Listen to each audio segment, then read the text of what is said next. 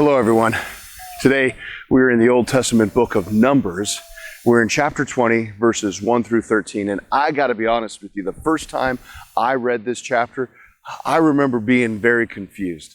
What the heck just happened is what the thought that went through my head, and why was God so upset with Moses? Well, let me see if I can help out with that today.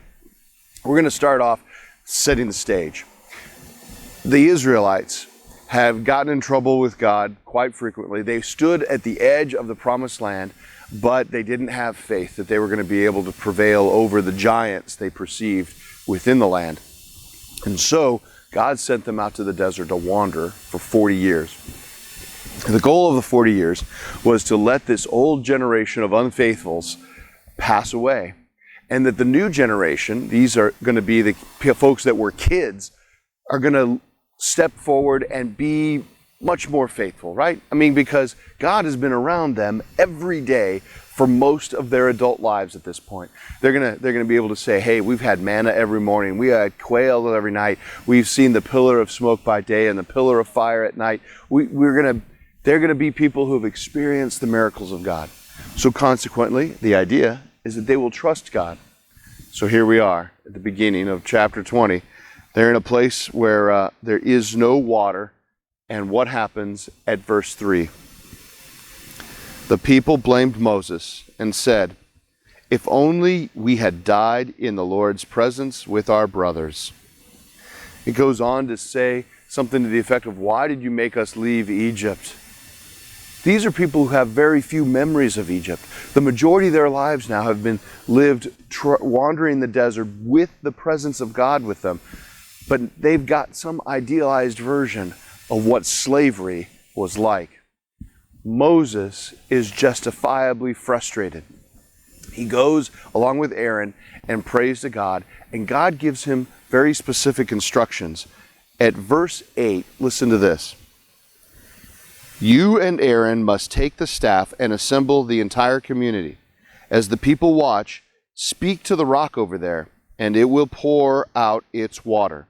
You will provide enough water from the rock to satisfy the whole community and their livestock.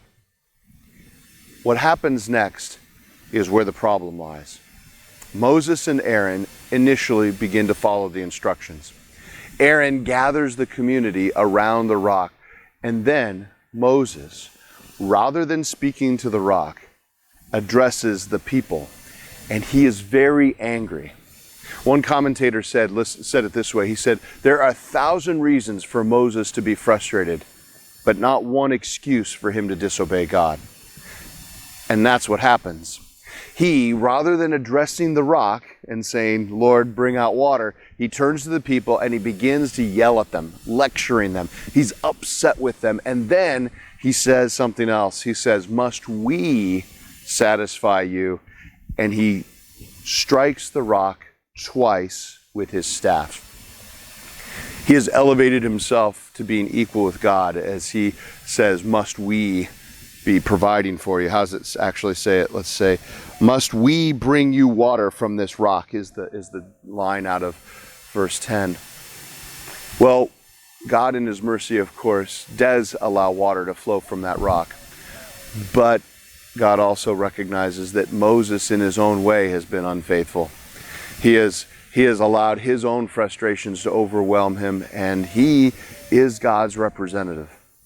And so God ends up saying to Moses, I'm afraid there's a consequence for this. You will not see the promised land. Moses has been a great leader this whole time. But at some point, the frustration of dealing with the Israelites, along with maybe his position, has kind of allowed him to get off track a bit. It's a tough scene, and the message I think for us is that we have to remember to always keep our eyes on God. Even though there are things around us that frustrate us, our message is still supposed to be about love and peace. So remember that today. When God gives you the opportunity to share love and peace, remember that it's God's love and peace that we're trying to share. Have a great day, everyone. If these devotional videos are helpful to you, subscribe to our channel and click the notification button so you know when we post a new video. And of course, please share them with others.